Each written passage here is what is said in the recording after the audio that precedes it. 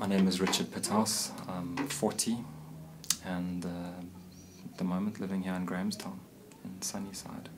When I was a very small child, I thought that it would be very nice to be a game ranger, which I guess is the classic middle class white fantasy in Africa, because I thought I wouldn't have to be in an office and I wouldn't have to deal with all of that stuff. Would be outside and be free.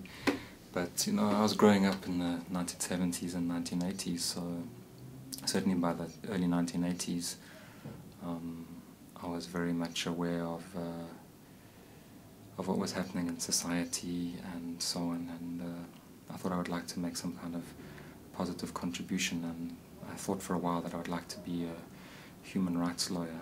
That's until I did Legal Studies 1 and I realized that I just found it insufferably boring.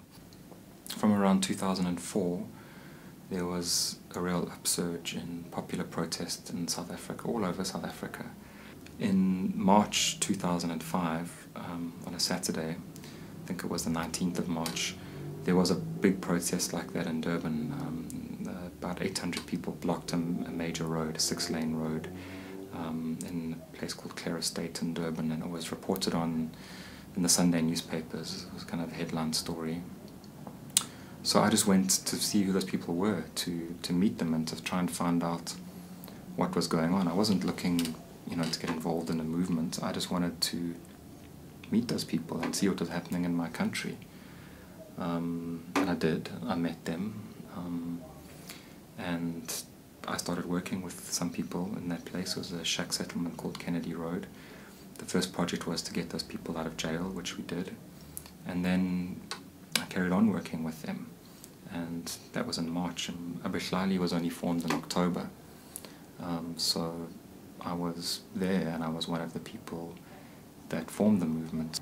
Well, it's affected my life in many ways. I wouldn't be here in Grahamstown if it wasn't for that, because I was forced out of my job in Durban as a direct result of that involvement. It's totally changed my understanding of politics. It's totally changed my understanding of civil society, ordinary people getting together, discussing the situation they confront and deciding what to do about it. Popular bottom-up democracy is perfectly possible, and it happens. I like teaching. It's something I kind of fell into. It's not something that I ever thought of doing as a kind of job, but I do like it. I like the interaction with the students. I like the energy that sometimes young people bring into the classroom. I think the academic life is a very privileged life.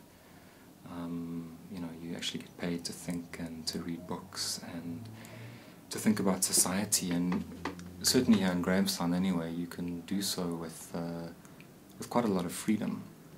I can read or write about anything I like, and that's very nice. I'm certainly not doing any of the things I thought I would like to do as a child, but thank God.